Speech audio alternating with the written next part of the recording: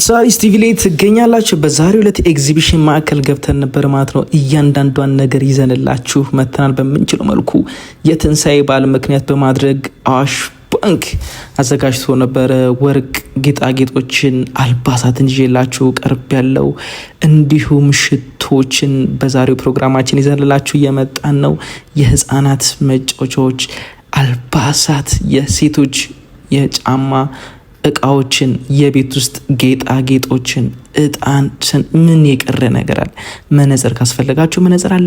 ወንዶችም ደግሞ ጫማዎች ይዤላችሁ ቀርብ ያለው የቤት ቁሳቁስ ካስፈለገ፣ የቤት እቃዎች ካስፈለጋችሁ እሱንም ይዘን መተናል። አንቺም ደግሞ ጫማ ካስፈለገሽ ይኸው ለአንቺም ጫማዎችን ይዘንልሽ መተናል ማለት ነው። አይ ጌጣጌጥ ነው መፈልገውም ካልሽ ጌጣጌጦችንም ይዘንላችሁ መተናል። ለአንቺም ይዘንልሽ መተናል።